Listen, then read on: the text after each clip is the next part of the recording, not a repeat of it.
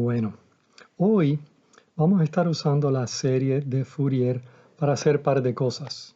Primero vamos a calcular potencias y luego vamos a graficar espectros. Pero antes de eso, quería ir un poquito más en detalle en la información que nos está dando la serie de Fourier. Nosotros sabemos que f de t lo podemos escribir de esta forma. La f de t, siendo una señal periódica, lo podemos escribir como una suma infinita de estos términos c de n multiplicadas por una exponencial compleja. Ahora, esa exponencial compleja, cuando la escribimos de forma polar, y si f de t es real, nosotros vimos anteriormente que podemos escribir f de t de esta forma. Noten lo siguiente, ¿verdad? Estamos escribiendo f de t como un término que es constante más un montón de cosenos, ¿verdad? Donde las amplitudes de los cosenos es 2 por la magnitud de c y el ángulo es negativo el ángulo de c de n, ¿verdad? Específicamente lo podemos escribir así, ¿verdad? Donde tenemos nuestro primer término que es una constante, la amplitud AN, la frecuencia n omega 0 y la fase, ¿verdad? Siempre hay tres cosas las que definen un coseno: su amplitud, su frecuencia y su fase.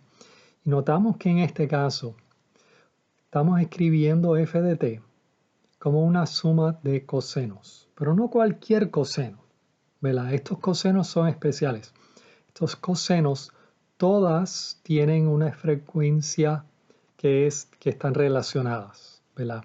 Las frecuencias siempre es omega 0 o múltiplos de omega 0, donde omega 0, ¿verdad?, es 2pi entre el periodo de nuestra señal periódica, ¿verdad? Así que la frecuencia de estos cosenos son omega 0, 2 omega 0, 3 omega 0, 4 omega 0, etc., hasta infinito.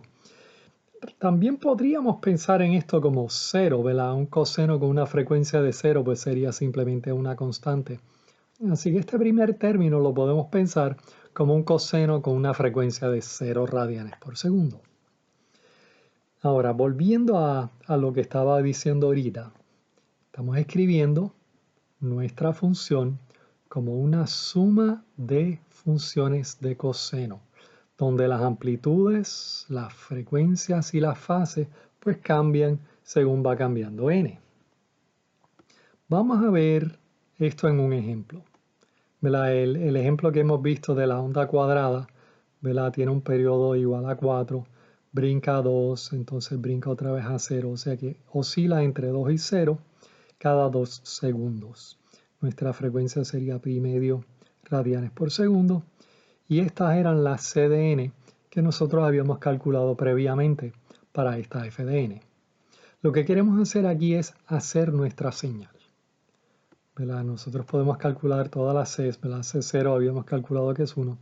Y entonces AN sería 2 magnitud de Cn, que sería esto para las n impares, y 0 para las n pares. La fase, ¿verdad? Entonces si miramos aquí, ¿qué sería la fase de esto? Pues esto es 2 entre jnpi. El ángulo, ¿verdad?, viene de la j, o sea que es 1 entre j o negativo j, y el ángulo de negativo j, ¿verdad? Está, en otras palabras, c de n, cuando n es impar, solamente tiene parte imaginaria, y si traemos la j para arriba sería menos j, 2 entre npi. Así que tenemos solamente una parte imaginaria, que sería, ¿verdad?, negativo 90 grados. Así que esta ira de n sería menos eso, así que sería 90 grados. Así que sustituyendo en nuestra ecuación lo que es C0, las A's, la frecuencia y la fase, podemos ver que podemos escribir entonces nuestra f de n de esta forma. Claro, solamente para n impares, porque para las n pares, este término aquí pues sería 0. Así que lo quiero escribir de nuevo, sustituyendo, en vez de escribir de n desde 1 hasta infinito, voy a escribir m, donde m es 2m más 1 para que nos dé los términos que nosotros queremos, ¿verdad? Cuando m es, perdonen, aquí debería ir de m desde 0 hasta infinito. Este término aquí debería ser 0. Así que m va de 0 hasta infinito, ¿verdad? Cuando m es igual a 0, tendríamos aquí 1. Cuando m es 1, pues tendríamos 3. Cuando m es 2, tendríamos 5. O sea que va, ¿verdad? 1, 3, 5, 7, escogiendo todos los valores impares para los términos n aquí arriba. Serían estos términos aquí. Y si escribimos alguno de los términos, ¿verdad? Sería, el primer término sería 1. Entonces sería pi, 4 entre pi, coseno de pi medio t menos 90, más, no estoy escribiendo los términos que son ceros, solamente estoy escribiendo los términos impares aquí. 4 entre 3pi, coseno de 3pi medio t menos 90 grados, ¿verdad? Este sería el término cuando n es igual a 3, y este sería el término cuando n es igual a 5. Y tenemos, ¿verdad?, esta suma del montón de cosenos que forman nuestra f de t. Queremos ver cómo esto se ve. Yo quiero graficar esto. Si yo fuera a graficar cada uno de estos términos a la vez y luego sumarlas, ¿cómo se vería? Vamos a hacerlo aquí. Vamos a ver cómo es que nuestra señal se va componiendo de los diferentes términos. Estamos haciendo la de la onda cuadrada. Como ustedes se acuerdan, ¿verdad? F de t es C0 más todos los cosenos. Lo que vamos a ver aquí es qué tal si vamos viendo un término y entonces le sumamos otro término y luego le sumamos otro término y le sumamos otro término hasta seguir con varios términos a la vez. El primer término sabemos que es C0 y para ese ejemplo que era la de la onda cuadrada, pues la C0 es igual a 1, como podemos ver aquí. Ahora, ¿qué pasa si le sumamos el próximo término, cuando n es igual a 1? Ahora estamos viendo el término que es constante más el primer coseno. Ahora, ¿ustedes se acuerdan cómo era la onda cuadrada? Era básicamente, brincaba de 0 a 2, entonces hasta 2 segundos y entonces brincaba a otra vez a 0 y entonces subía. Era esa onda cuadrada. Ahora tenemos los primeros dos términos. El próximo término, sabemos que a n, cuando n es igual a 2 es 0, así que esa no nos contribuye nada. Pero cuando n es igual a 3, ¿qué pasaría si entonces ahora le sumamos el tercer término? Tendríamos esto. ¿Okay? Así que esto es la suma del término constante y los primeros dos cosenos. Ya tenemos algo que, aunque no es una onda cuadrada, pues estamos viendo que ya se está pareciendo a esta onda cuadrada. ¿Qué tal si le sumamos el próximo coseno? ¿Verdad? El próximo término es 0, pero entonces el próximo término no 0, cuando n es igual a 5, tendríamos esto. Y ya vemos que se está aproximando más. El término n igual a 6 es 0, pero cuando n es igual a 7, tendríamos esto. N igual a 8, 0, n igual a 9, tendríamos esto. O sea que ahora estamos esta es la suma del término constante más los cosenos hasta n igual a 9.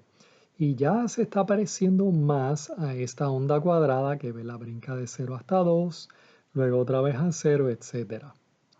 ¿Qué tal cuando n es igual a 10 es 0, n igual a 11, 12 sería 0, 13, 14 sería 0, 15, 16, 17, 18 y 19. Y aquí, hasta aquí llegué. Podríamos seguir sumando más y más términos, pero ya podemos tener una idea de, miren cómo resultó eso, ¿verdad? Estamos aquí en 2, otra vez brincamos a 0, otra vez brincamos a 2. Y esta ya aparece, o ya se está apareciendo, nuestra onda cuadrada. Déjame repetir esto un poquito más rápido para que lo podamos ver de nuevo. Este sería el primer término. 1, 2, 3, 4, 5, 6, 7, 8, 9, 10, 11, 12, 13, 14, 15, 16, 17, 18, 19 y aquí terminamos. El 20 es igual a 0 y esos son todos los términos que había en esta secuencia. Así que podemos ver cómo es que nuestra función se va construyendo de esa suma de cosenos. Claro que tendríamos que llegar hasta infinito para tener la señal perfecta, pero con solamente los primeros 20 términos, 19 términos, ya está pareciendo bastante a la señal periódica que tenemos. Una de las cosas que podemos hacer con la serie de Fourier es encontrar la potencia en nuestra señal. Vamos a ver cómo hacerlo ahora. En general, la potencia de una señal la podemos computar con esta ecuación aquí, ¿verdad? Es un límite cuando t tiende a infinito de 1 entre t de la integral sobre un espacio t de nuestra señal. Cogemos nuestra función y lo cuadramos. Ahora, hay más de una forma de escribir esto. A veces se pone 1 entre 2t y entonces integramos de menos t a t, pero siempre la integramos sobre un tiempo y dividimos por ese mismo tiempo. Y entonces el tiempo por la cual nosotros integramos llega hasta infinito. ¿Qué sería esto para el término que es una constante? ¿Verdad? Porque lo que nosotros hicimos arriba fue que nuestra función es una constante más un montón de cosenos. Así que yo quiero calcular la potencia en cada uno de estos términos. ¿Verdad? Por ejemplo, ¿cuál es la potencia en el término que es una constante? ¿Verdad? Si yo sustituyo aquí simplemente la constante, pues uso la ecuación de potencia con la constante. Es una constante, no es una función de tiempo, así que sale fuera de la integral. Y esto sería simplemente t evaluado en t0 y t0 más t. Así que los t0 se cancelan, las t mayúsculas se cancelan y lo que nos queda es solamente c0 al cuadrado. Así que si yo tengo una constante, la potencia de esa constante es c0 al cuadrado. También queremos calcular la potencia en nuestros términos que son cosenos. Déjame tomar un término cualquiera. Aquí déjame escribirlo a coseno de omega t más theta. Y yo quiero calcular cuál es la potencia en ese coseno específico. Hacemos lo mismo, cogemos la ecuación de potencia, sustituimos lo que es f de t, cuadramos aquí, sacamos el a al cuadrado para afuera y entonces usamos la identidad trigonométrica para el coseno al cuadrado, ¿verdad? Que sería un medio o 1 más coseno 2 el argumento entre 2. Así que el omega t se vuelve 2 omega t y el theta se vuelve 2 theta. Una vez que lo tenemos así, lo podemos romper en dos integrales, el 1 medio y el coseno medio. Este es bien fácil, ¿verdad? Es igual que el término constante que teníamos arriba. Sale el 2 para afuera y entonces tendríamos t evaluado en los mismos límites. Ahora, una vez que yo saque el 2 aquí, ¿cuál es la integral de mi coseno?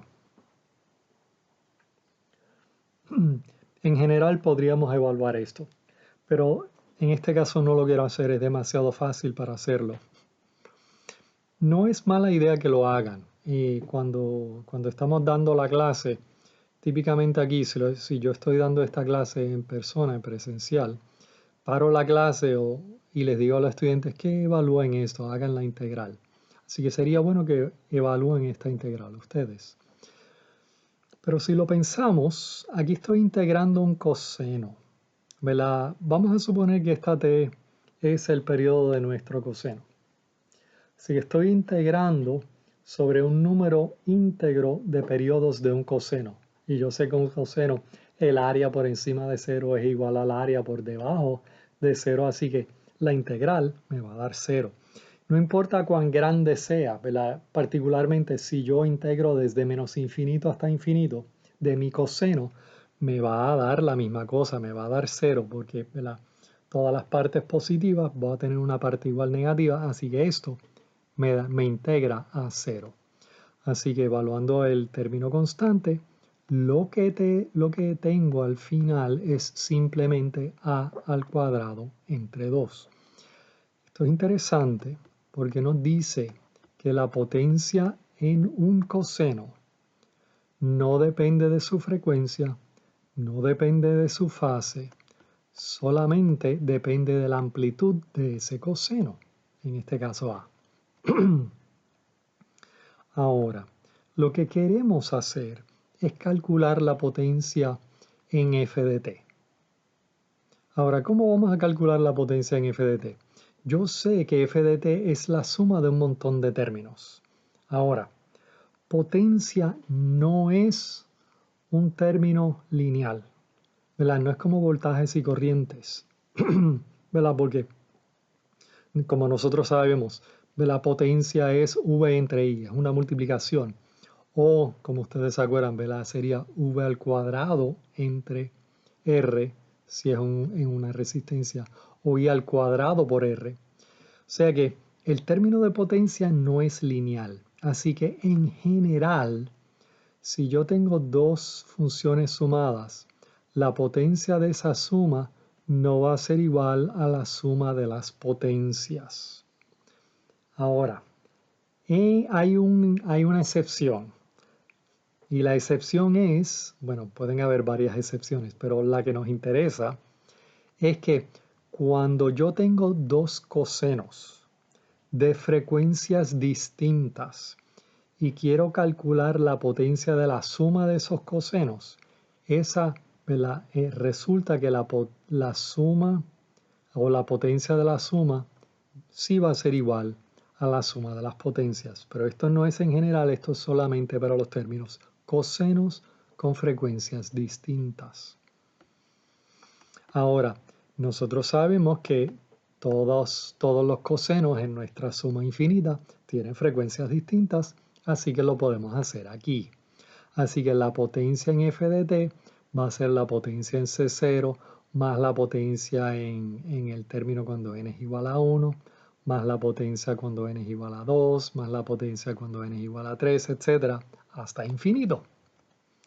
Ahora, como acabamos de ver, la potencia en C0 es C0 al cuadrado.